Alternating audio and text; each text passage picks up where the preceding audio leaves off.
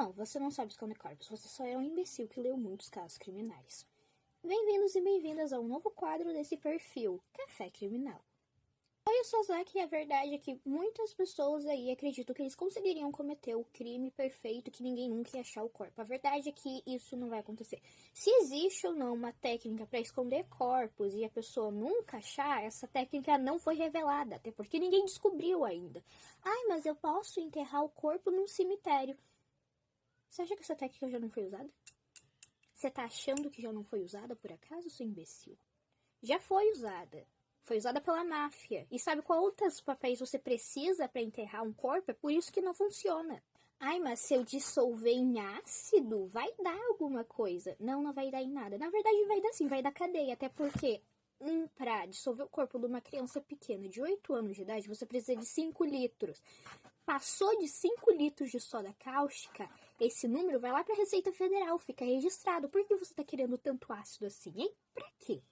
Da onde vem essa curiosidade? Ou seja, para você conseguir dissolver o corpo de uma pessoa adulta, vai precisar de muito ácido. Isso vai chamar atenção. E outra, vai demorar muito tempo para se decompor. Jeff Dahmer demorou acho que meses para conseguir dissolver uma parte de corpo, tá bom?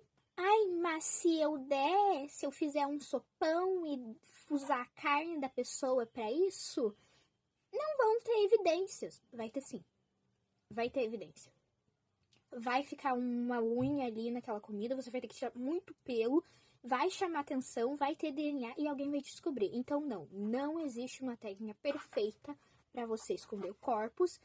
E se existe, ela ainda não foi revelada. Eu fiz um vídeo ontem falando sobre pessoas que acham que cometeriam um crime perfeito e maneiras que elas esconderiam um corpo. E eu acordei hoje percebendo que já tá com 18k de visualizações. Então, já que vocês gostaram tanto, esse é o segundo episódio da série Café Criminal. Bom, com aquele vídeo anterior que eu postei ontem, no caso, teve teve comentários de pessoas apontando duas técnicas que, segundo elas, seriam a técnica perfeita. A primeira, atirar fogo, e a segunda, o canibalismo. Primeiro, a técnica de atirar fogo. Isso não vai funcionar até porque no necrotério a temperatura daqueles forninhos, eu não sei se chama forno, eu acho que varia de 800 graus a 1000 graus. E fica horas, não são minutos, não são segundos, são horas queimando ali, tá bom? E se você está pensando agora, mas é só eu falar que é um parente meu, aí eu consigo colocar lá no necrotério, no crematório, no caso, e daí eles vão liberar desse jeito e tal, e ninguém vai descobrir. Vão sim, até porque é uma papelada imensa, que nem o caso do cemitério. As pessoas vão descobrir que aquele corpo que tá ali não deveria estar enterrado, até porque, primeiro, tem documentação que você precisa, segundo, existe uma coisa chamada exumação. Em algum momento, as pessoas vão abrir aquele túmulo ali e vão ver que tem um corpo a mais, ou vão ver que aquele corpo ali não deveria estar ali. Segundo, o caso mais comentado que vocês falaram era o do canibalismo. E me fez questionar a sanidade mental de vocês, assim. Porque, gente, vocês estão batendo bem da cabeça, por acaso? Que, tipo assim, não sei se vocês sabem, mas o corpo de uma pessoa, no meu caso, eu tenho 1,56 de altura e tenho 49 quilos. Ou seja, se for pra, tipo, se isso acontecer comigo, a pessoa quiser se livrar do canibalismo, ela teria que fazer um sopão. Se, tipo, são 49 quilos de carne. Tirando os ossos, ainda é muita coisa. Ainda são 46 quilos de carne, tá bom? 46 quilos, se você for conservar na geladeira, o cheiro vai ficar forte. Porque o cheiro da carne humana, ele expele um cheiro muito forte. Quem assistiu a série Jeff Dahmer vai entender o que eu tô falando. Chegaram lá e viram aquele cheiro de podridão, porque por mais que tivesse congelado, por mais que tivesse conservado, a gente expele resíduos. E esses resíduos vão expelir cheiro. Mas afinal, Lázaro Barbosa pode ser considerado ou não um serial killer? Bem-vindos ao terceiro episódio da série Café Criminal. Café tá frio. Bom, em 2021, um cara chamado Lázaro Barbosa ficou conhecido como serial killer de Brasília ou serial killer de Ceilândia, que era a cidade onde ele estava atuando. Basicamente, esse cara cometeu todos os tipos de crime que você pode imaginar em um período curto de tempo. Foram estupros, roubos, invasão a chácaras e homicídios. Depois que esse caso todo ganhou mídia, vem uma pequena questão que alguns psicólogos especialistas dessa área levantaram, que seria: ele pode ou não ser considerado um serial killer? Bom, primeiro, Luiz Guilherme Babias, que era um desses psicólogos que falou disso na época, afirmou que para ser considerado serial killer tem que ter 3 coisas. Primeiro, padrão. Segundo, modus operandi. E terceiro, perfil de vítima. Coisa que o Lázaro não tinha. Porém, ele afirmava que Lázaro seria um serial killer em formação. Outra coisa também que ele afirmava é que normalmente serial killers eles atuam em um período de tempo. É como se tivesse um período de calmaria, outra morte e depois um período de calmaria. Não era uma coisa que era aleatória. Lázaro ele tinha um instinto de sobrevivência, então ele invadia os locais e, infelizmente, quem estava no seu caminho acabava tendo sua vida ceifada. Nos Estados Unidos, serial killers são considerados pessoas que mataram 2 ou mais pessoas. Já em outros países, como aqui no Brasil, é uma pessoa que matou 4 ou mais pessoas. Porém, o Lázaro, ele matou mais de 4 pessoas, mas alguns especialistas ainda afirmam que ele não é um serial killer, mas sim um psicopata. E não, ser serial killer não significa que a pessoa necessariamente é um psicopata, assim como psicopatas não são necessariamente serial killers. Isso é uma coisa que eu vou explicar em um próximo vídeo. Nem todo serial killer é um psicopata, e bem-vindos ao 4º episódio da série Café Criminal. Segundo uma pesquisa da BBC lançada em 2024, existem várias diferenças entre serial killers e psicopatas, e essas diferenças que eu vou te explicar agora. Em primeiro lugar, um psicopata tem influência direta, genética ou biológica. E eles também podem apresentar características como falta de empatia, falta de remorso, comportamento manipulador. Eles também demonstram falta de responsabilidade e um comportamento antissocial. Diferente do serial killer, ele é sim considerado um traço de personalidade e também tem diagnóstico. Também psicopatas têm um QI muito alto. Já um serial killer não é especificamente uma doença nem um traço de personalidade, ele é apenas um tipo de criminoso que comete vários assassinatos entre um período de tempo entre uma morte e outra. Ele pode sim apresentar traços de psicopatia ou de comportamento sociopata, também tem comportamento antissocial, mas principalmente ele pode apresentar um traço de personalidade específico que é o sadismo. E também, por último, existem tipos de serial killers, mas isso vai ficar para um próximo episódio da série. 5 mitos sobre serial killers que foram derrubados graças à psicologia forense. E bem-vindos ao 5º episódio da série Café Criminal. O meu cafezinho vai estar nesse copinho aqui, porque ele mantém a temperatura, né? Porque tá muito frio na minha cidade. Então, tipo, se eu não manter aqui, vai esfriar em 2 minutos. Primeiro e o mais comum deles é que todo serial killer é completamente isolado e completamente reconhecível na multidão. Bom, a maioria dos serial killers eles conseguem se adaptar ao ambiente e podem ser extremamente gentis e simpáticos. Ted Bundy é a prova viva disso. O cara era extremamente simpático, tinha filhos, cuidava do jardim e foi lá e matou mais de 30 jovens. Segundo mito, que já foi desvendado em alguns episódios anteriores, é que todos eles são psicopatas. Não, nem todo serial killer é psicopata e a maioria deles também não possuem nenhum tipo de distúrbio mental e são 100% sã da cabeça enquanto eles cometem os seus crimes. E outro mito que me pegou de surpresa é que todo assassino em série tem o QI muito alto.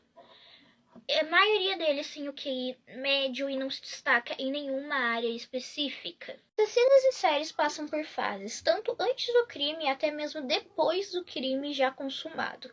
E segundo o Dr. John Norris, PhD em psicologia e escritor, seriam ao todo 6 fases que os serial killers passam durante a sua matança. E bem-vindos ao 6º episódio do Café Criminal. Nessa conversa é importante destacar que alguns psicólogos discordam de John em algumas partes. A primeira fase seria a fase áurea, que é quando ele fantasia o crime e o que vai acontecer. A segunda fase seria a fase de pesca, onde ele analisa qual seria a melhor vítima e... Tá, agora que a fase de pesca acabou, ele vai para a fase galanteadora, que seria a fase onde ele começa a caçar as suas vítimas. Daí então ele parte para a 4ª fase, que seria a fase de captura, que é o momento antes do assassinato. Ele já sequestra a vítima e está pronto para fazer o que quiser com ela. Aí chegamos na fase assassinato ou a fase totem, que é onde ocorre o assassinato e onde o crime é consumado. E depois dessa fase vem a fase de depressão.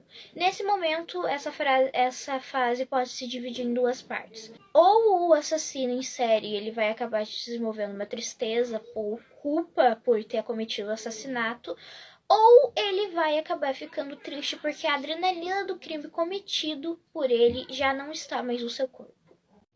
Você sabia que serial killers são classificados? E bem-vindos ao 7º episódio da série Café Criminal. Ao todo, são mais ou menos cerca de 10 serial killers, são 10 classificações de serial killers, fora umas outras que podem ocorrer, dependendo da situação, das vítimas, das motivações.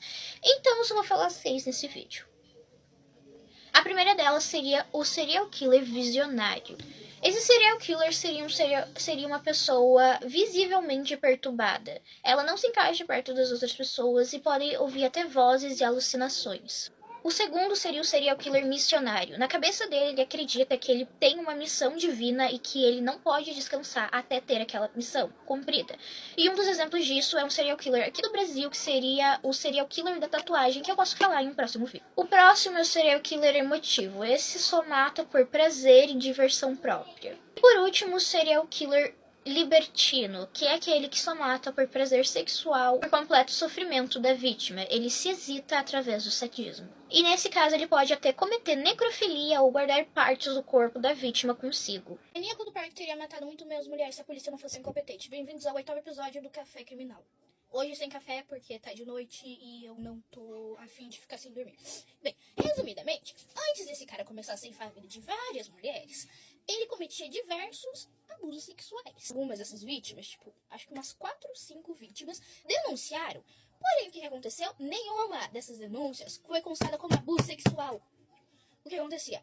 As vítimas chegavam na delegacia, denunciavam ele, e ele, a ficha dele, o boletim de ocorrência, no caso, constava como outros crimes. Tentativa de assalto, agressão, atentado violento ao pudor, ou até mesmo baderna. Nenhum caso foi constado como abuso, os que foram denunciados antes dele ser descoberto, né? O que acontece? Quando esse caso todo estourou, e eu acho que essa é a parte que mais me revolta nesse caso todo, os repórteres foram começar a fazer uma entrevista pra tentar saber o porquê que isso tinha acontecido, porque a história tava muito, mas muito suspeita. Como assim o cara comete vários abusos, 5 mulheres denunciam o mesmo cara e a polícia não desconfia de nada? O que acontece? As vítimas iam pra uma delegacia. O delegado dessa delegacia fazia essa denúncia e assinava o boletim de ocorrência como o quê? Como, sei lá, assalto. Aí ele cometia outro crime, ele ia pra outra delegacia e o delegado daquela delegacia registrava como outro crime sem ser o do abuso. E um dos que foi entrevistado falou literalmente isso do que eu tô falando. Ele disse, é que eu não quis colocar na ficha dele que era abuso sexual, porque senão ele não ia conseguir emprego. Ele era tão novo e não tinha ficha. Cara, desse imbecil eu não vou colocar aqui, né? Porque vai que ele ainda esteja vivo e eu levo processo ou algo do tipo. Enfim, vocês podem ver isso daí em uma série que saiu na Prime já faz um tempinho. Se chama literalmente Maníaco do Parque, a história não contada. Que conta a história das vítimas e por que ele ficou tanto tempo matando tanta gente e ninguém nunca conseguiu achar. O canibalismo não é considerado crime no Brasil. E bem-vindos ao 9º episódio do Café Criminal. Hoje de novo com água, porque se eu não beber água eu vou ficar com uma pedra no rim. Basicamente, no Código Penal brasileiro, o canibalismo ele não se tipifica como um crime, mas você ainda pode ser preso, e vai ser preso, se ele for associado a outros crimes, como, por exemplo, a maneira de como você conseguiu essa carne. Se você matou alguém para consumir essa carne, você vai ser preso pelo artigo 121, de homicídio. Porém, a maneira que é mais associado no meio jurídico, o canibalismo ele é mais associado à ocultação ou destruição de cadáver, no artigo 211. E um exemplo que aconteceu esse ano é o da Josefa Lima de Souza. Ela era uma moradora de rua que infelizmente foi abusada. Então ela e o marido acabaram matando o homem que fez isso com ela e se comeram algumas partes do órgão dele. E a partir de agora o que eu vou falar é o que a polícia suspeita, não o que eu acho. A polícia suspeita que ela tenha feito outras pessoas também consumirem carne humana, porque ela tinha feito um sopão com algumas coisas que os moradores não conseguiram identificar. E como ela tinha assumido que ela tinha matado e comido os órgãos do carinha que ela matou, a polícia logo associou uma coisa na outra, porque não tinha como ela ter consumido tanta carne em tão pouco tempo.